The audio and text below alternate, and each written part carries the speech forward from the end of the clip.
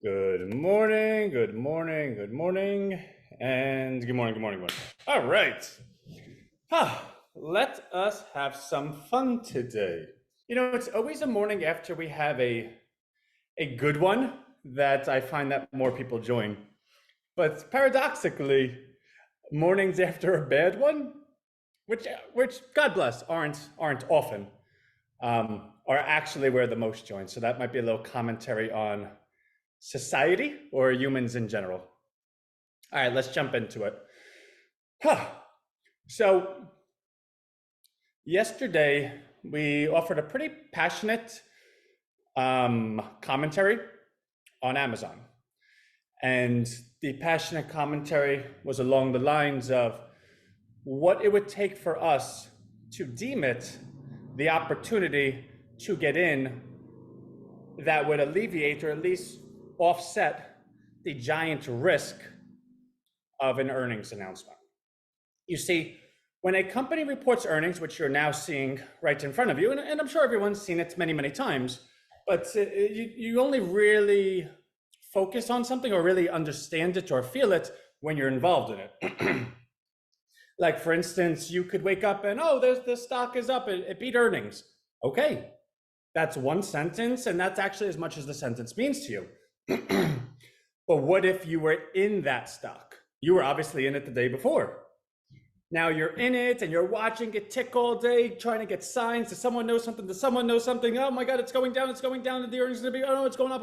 Okay, then the market closes. You look at your account, you're up, you're down. It doesn't even matter because you know you're now locked in. There's nothing you could do. The next time you will have any opportunity to touch your account, earnings would have came out. On top of that, when you're owning options, because options are priced in intrinsic value plus time value, the calculation to get intrinsic value and the calculation to get time value is also calculating the alpha and beta and gamma, the rate of change, the rate of the rate of change, and the rate of the rate of the rate of change. Point being, when you're having an earnings announcement, it doesn't take a psychologist or like a really smart person to say this stock is going to act quite volatile. The next time we see the price of this stock, it's going to be either up a lot, down a lot, or maybe nothing at all. But the odds are something volatile is going to happen. So you take a look at a company like Amazon and you say, okay, the tech sector's been getting annihilated. It's been getting beat up left and right. Everyone's selling tech. Okay. But it's so low, relatively speaking, that if they have really good numbers, it might pop. Well, now those are two diametrically opposed viewpoints. Everyone's selling tech, the assumption being it doesn't matter what their numbers are, they're going to sell it. So you can't really charge too much, but it's so low, relatively speaking, that if they say something good, it's going to really, really pop. So you don't want to charge too little. Well, what is the rate of change usually when Amazon reports earnings? They're reporting tomorrow. And what does the market look like? Because in buying an option that's a week out, you then have 5 days next week to recoup your losses or hold it longer or whatever. Well, what's the market been looking like? Well, it looks like the market's gonna crash, right? Like tech is getting hit.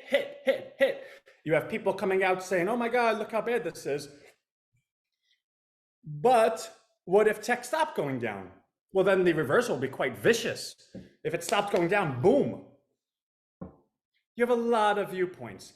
All of everything that I just said, which is purposely meant to, like, it's a lot, is then factored into an equation that equals a price. That was the option price. We purchased options at $5 yesterday. Okay.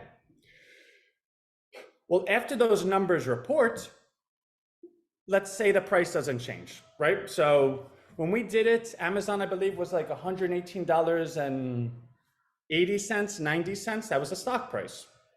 Let's say Amazon opened up today at $118.90. Nothing changed. The stock price stayed exactly the same. What would happen to the option price? It would have got slaughtered.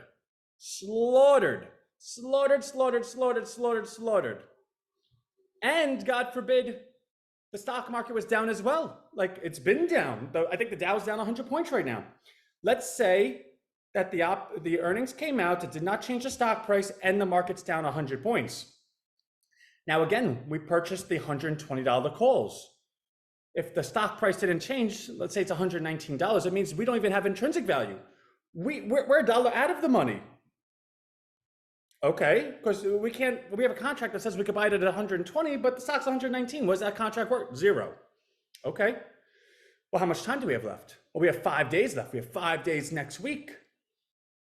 Okay, but if the stock's down, all right, so maybe something happens. Maybe there's a low time value. All right, your option's worth $1. Meaning meaning I could have very easily purchased at 5 and been waking up today at 1. 80% gone, poof. Now, what do you do at that point? Do you say, okay, I'm just going to hold it? I'm going to wait for it to go back up? Or do you say, I'm going to take my losses? I don't know. Most times people say I'm going to hold it because 80% loss is kind of really close to 100% loss, meaning you kind of already factored in your head you lost all your money. So you kind of just leave it and you're like, maybe something good happens this weekend. What if nothing good happens this weekend? You walk into Monday and the option's like 25 cents and you're like,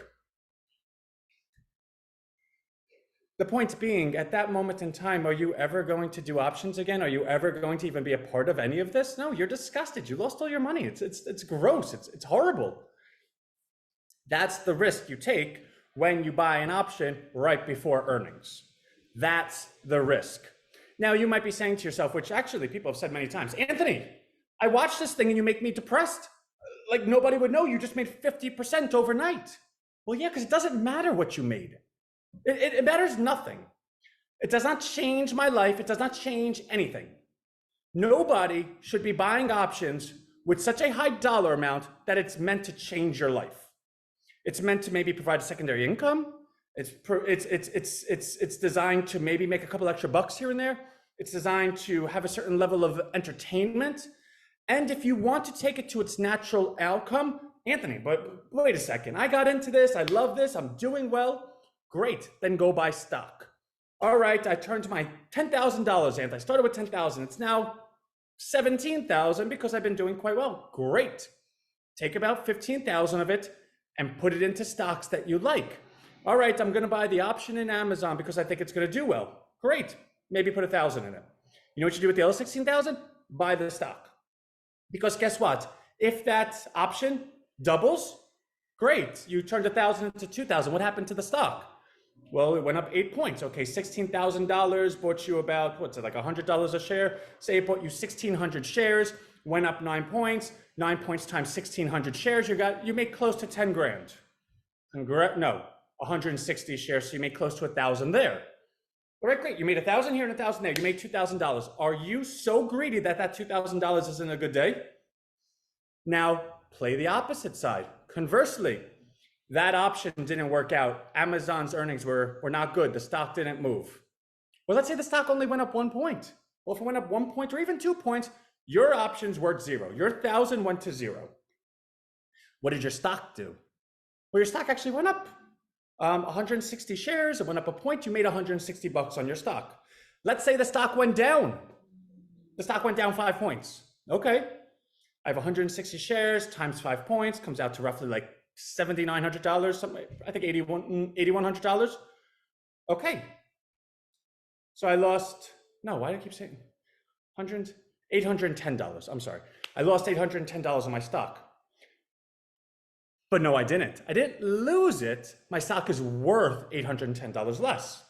My God, Amazon's 129 now. I always sell too early. My stock is worth $810 less. Okay. That's terrible, isn't it? I really don't own the stock to sell it today. It's my portfolio. I'm going to do it when I retire. I'm going to hand it to my kids. Oh, so you're actually going to maybe even own Amazon for like the next 2, 3, 4 years. Yes. I like the story. I got into it, AWS, AI, all this nonsense. It sounds like that's a story that lasts longer than a day. We're at the precipice. We're at the commencement of this AI thing. Yes. So do I really care that I'm down $810 there and I lost 1,000? Yeah, I care, but it didn't change my day. It didn't change anything. In fact, now I'm more excited to get to the next one. but my day still goes. My kids get fed, my rent or mortgage, my payments still get made. Now that we got that out of the way, because I got to tell you, one of the reasons I started RHINOWealth was because and it was during, actually it was before COVID because I had Rhino Premier, but I brought it back out during COVID is because when everyone was home and everyone's looking to trade stocks and bet on sports and all the rest of it, the stock market kept going up because there was all the stimulus put into it. Every single person that was selling these platforms and programs, hey, look at me, I made 100% on money, I'm the best, I'm the best, I'm the best. It offended me, it really did. Because I knew that when a market's going up, you could buy options left and right. Congratulations, you're a genius. But what are you gonna do in a down market? What about when the market doesn't go up? How are you managing risk? What are you just, one day you just are accepting that you're gonna have zero? That's your goal? I'm gonna make a bunch of money and then one day I'm gonna be at zero. And the reason I was able to do it is because Rhino is a platform that everyone knows. Anthony doesn't just do RHINOWealth, Anthony's doing other things. He's not disappearing anywhere, meaning he's accountable. He's not doing anything he's not ever going to risk the betterment or someone's future because he believes that if it goes wrong, he could just disappear. He's there, I see him, I have his phone number, I know where he lives, like I know Anthony. So it allowed me a platform to be able to write what I thought was wrong. And when I'm speaking of Amazon, you can hear it. I've been in the market before. I've taken losses. I know what that's like. It's not fun. It's miserable. And to the point of Amazon today, I sold at this is how bad I am. I put in an order to sell at 725. The market sold it to me at 730. You know what that means? It means, Anthony, you wanted to sell so quickly. You're so bad at this that the market actually gave you more than you even asked for. You know what saying that is? And you know why?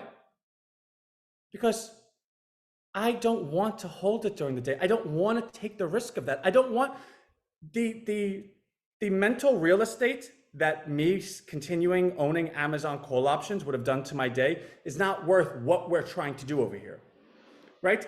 How about this? The second you see me trading stocks all day and talking about it all day, you should sell all of your Rhino because that means I've completely just stopped caring. Because the amount of time it takes to do both, you can't do both. You can only do one at a time. So this is a platform that allows me to share what I'm doing. In fact, the email this morning was perfect. Hey, this is what I'm doing. I believe it's going to continue going up into Monday, maybe even Tuesday, but it's going up without me. I will be selling.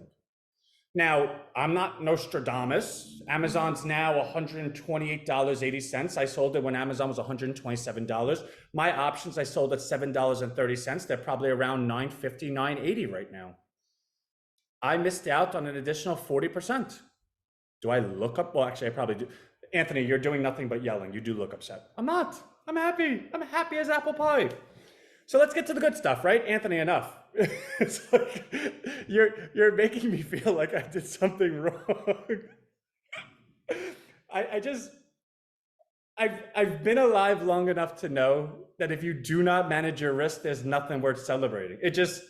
You look like a fool. Oh, I'm celebrating this. Okay, great. Look at me. And then a week from now, I'm broke. And when you're broke, I promise you, nobody that respected you along the way looks at you and says, oh my God, I'm still gonna listen to you. Oh, I still care about you. No, they're like, all right, you had a good run. See you later. That's very Darwinian. Use, S-U-C-K, goodbye. So the only reason I've been around this long is because I know how to manage risk. So for people that are investing in Rhino, if you think I'm doing this with just RHINOWealth, that's how we manage Rhino. I know all of my levers and I make sure to utilize them. Okay, so let's get to the good stuff, right? So we made 46% overnight, which is good. I only got into 10% of the position I was willing to get into because I was willing to be wrong. I bought the option at $5. The option immediately went down to $4.65 because, again, the second I bought it, of course, it went down. So I put in an order to buy at $4.50. It never got to 450 and that order was done, which is both good and bad. The good news is I pretty much bought at the bottom. The lowest I went was 465. I got in at 5. Okay, congratulations, Amp. The bad news is when you only put X amount of percentage of your money out there with the plan that you're willing to buy more, your position's smaller than you wanted it to be. But should you ever sit there and say, oh no, I only made 46% on only that much money? No, I made more money today than 90% of people are going to get on their hourly wage. And that's not bragging, that's not impressing, but that's impressing upon. Like, that's what we did. I've also lost that before, right? So it is what it is. Now, Amazon, what our passionate response commentary was about, yes. And by the way, so why did we get into it? Sure, we shared the commentary. That's okay, Ant, got it, good, cool. But the commentary is only worth something if you're actually able to understand and see it. So Amazon 9 days ago was $132. Amazon today is $129.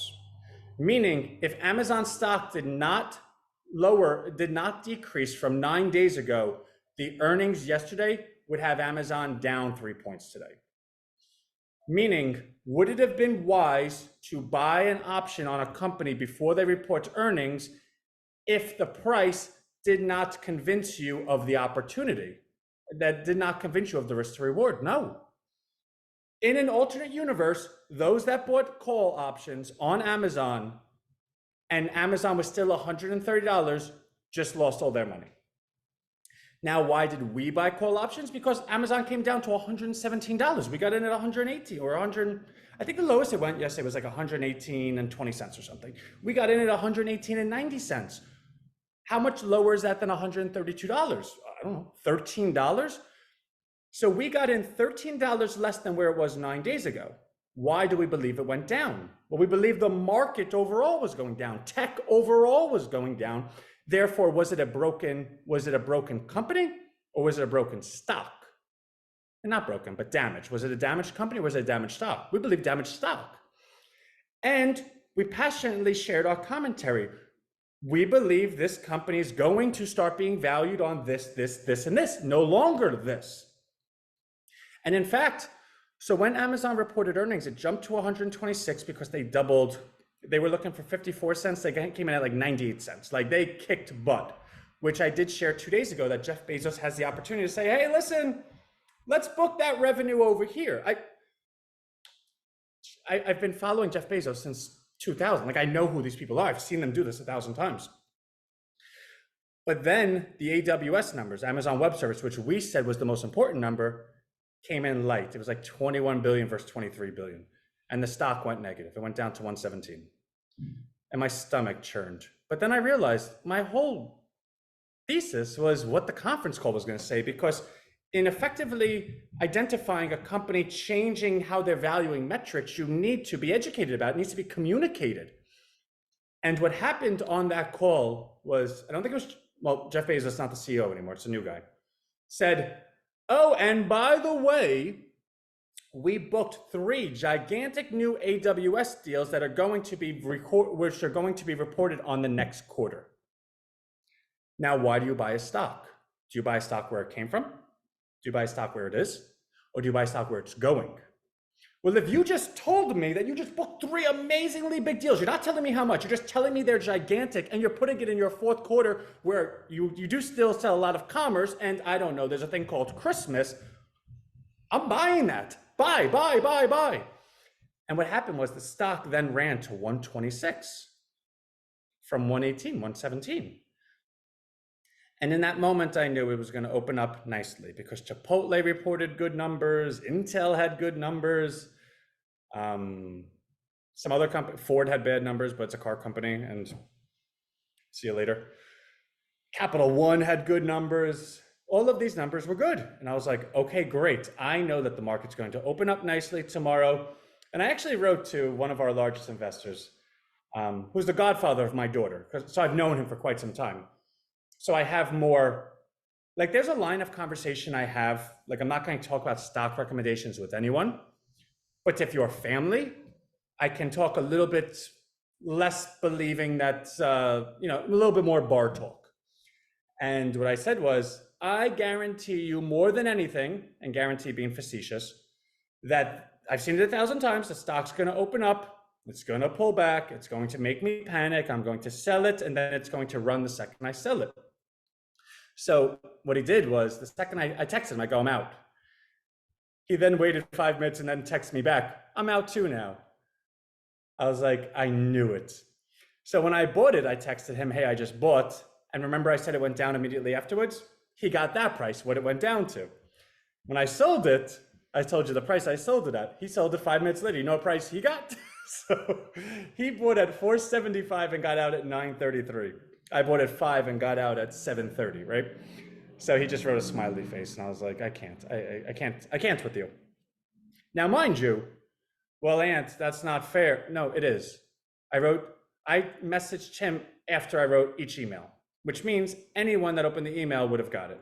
But Ant, you should text us too. In fact, that's not a bad idea. We should really set up SMS to give alerts.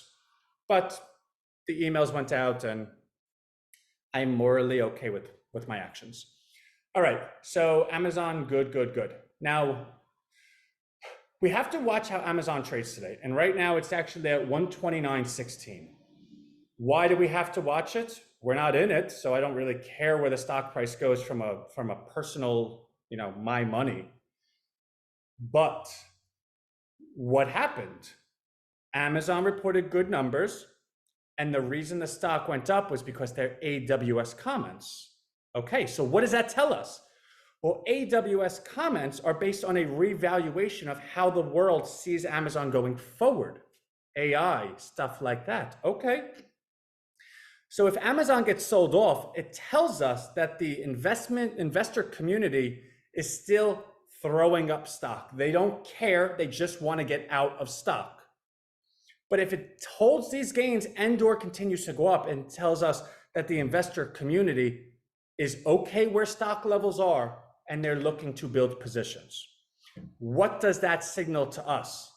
If Amazon stays where it is, and maybe even we wait till Monday, and it stays where it is, then we need to buy NVIDIA. And by we, I mean me, but that's the bell. It doesn't matter where the price of NVIDIA is at that point. If the market's telling me the regurgitation of stock is over and now the investment into long-term or earnings or anything is now on, well, I want to be a part of that. Remember, the people that make the most money in the stock market are not the ones that buy at 0 and sell at 10. They're the ones that buy at 2 and sell at 8. It's okay. I don't need to get in at the bottom because I don't want to take that risk. It's okay. I don't need to get out the top. I don't want to take that risk. Give me the meat in the middle and I'm happy. So it is important to watch Amazon because from what I understand, and I can't really see because there's a glare on my TV, I believe the market's down 100 and I believe Amazon is continuing to hold its gains and moving up. Amazon's web service, AWS, is built on the NVIDIA chips. Remember, NVIDIA is the whole reason we're doing this. I want NVIDIA calls. So that's just where we are. It's now 10:24. Let's just take a look at the market. Let's go into some stuff, right? So let's do a share screen. We have 6 minutes. I might have to start doing this call earlier because I just love y'all that much. Oh, by the way, Moderna we're looking at because Moderna is now at 23. No red, yes green. We want to see red, but So look, we have the Dow down 115, but the NASDAQ up 115. The Dow's down 0.35, NASDAQ's up 0.89. NASDAQ was up 1.1 before, so it is coming down. The VIX is down 3.5% with the market down, but the VIX is really looking at the NASDAQ, although there is a VIX for the NASDAQ, and that's likely down even more. The S&P is holding, but Amazon, I think, is like the second or third largest holding in the S&P. Meta, Facebook is rebounded today. Microsoft, I believe, is up. Google is kind of like whatever. So the S&P is being carried by the biggest companies.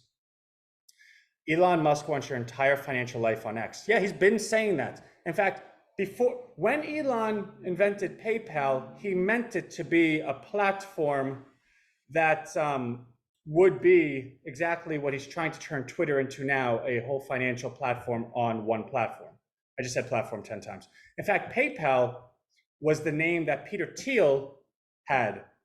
Elon Musk, when he started a company, I forgot what it was called, but he merged with Peter Thiel, and then they accepted the name PayPal because it sounded far friendlier than what Elon had. I think he had it at like, I don't know, it sounded like a strip club. It was like xmoney.com or something stupid.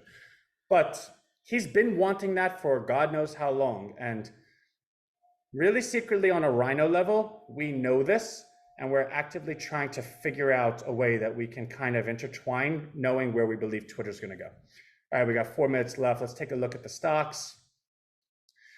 S&P, Intel is leading. That's really good because Intel is one of the largest AI companies that nobody knows about. And this is starting to tell me that people are knowing about it. Really, really big. Dexcom is diabetes, Capital One is financial, Stanley Black & Decker is industrial, Amazon is tech, Intel is tech. That's a really, really strong S&P. What's down? Ford just needs to get their act together. I mean, stop selling stupid cars. Stop having your employees having strikes. Just stop doing stupid stuff. The rest of this, not interested. NASDAQ, pretty much the same thing.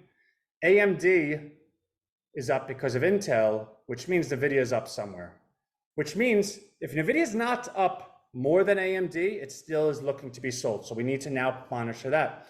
Moderna's down. I think they reported earnings. I don't know how you report earnings unless you're like secretly creating another pandemic, but I probably shouldn't say that out loud. The Dow.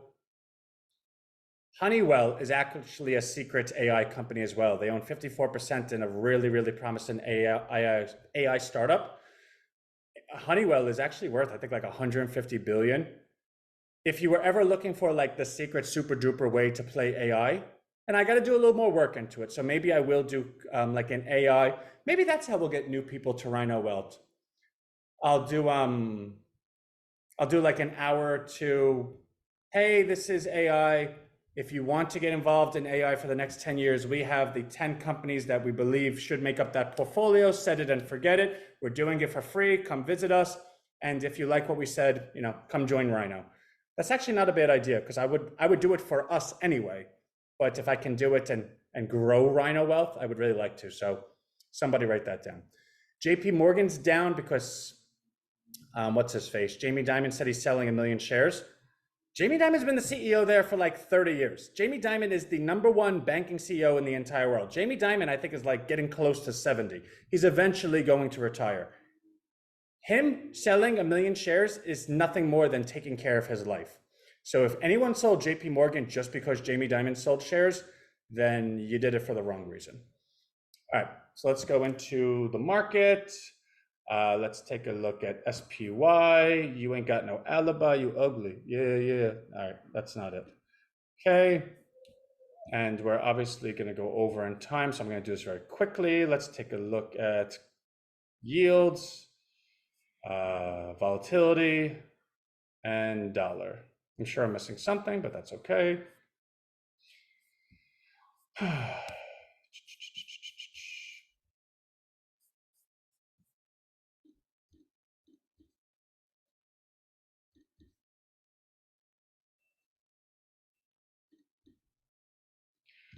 Okay, let's take a look. Let's put it on a daily, and I probably have like 20. All right, so I need to really, really move on this.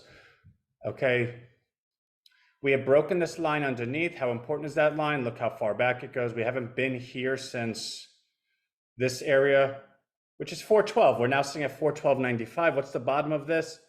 405. This level right here is 403. I would say if we see Amazon and things holding, we'll get close to 410. That might be the buy point. As you can see, this line is still on a downslope. Nothing is happening. Here is your triangle. What happens here is your next move. Look at this down volume. Look at this down volume. Look at eventually down volume just capitulates. So say, for instance, we pull it back. And now let's take a look across. When was the last time we had 2 red lines that are at that level, that are next to each other, right? And I'm looking really, really hard. I know you probably can't see it because if I can't see it and I'm here, but I would say it's over here. Okay, what happened to the market here? It's right over here, right? Yeah, okay. What happened to the market? Boom, boom, boom. Look at that rebound. It doesn't mean that the rebound collapsed. but it means that there's something coming. And then boom, boom, boom, went lower. Look at that rebound to higher. Because now you're getting to a point where you're capitulating. So we believe that the market might be getting close to a near-term bottom, and we want to express that. I'm a minute late for our next Rhino call. Love you all. I sent an email. I will send another email if we do anything. I am actively looking to buy some stuff, so we'll see what happens. All right. Congratulations to everyone. I don't want to know if you got into it, but if you did, well done.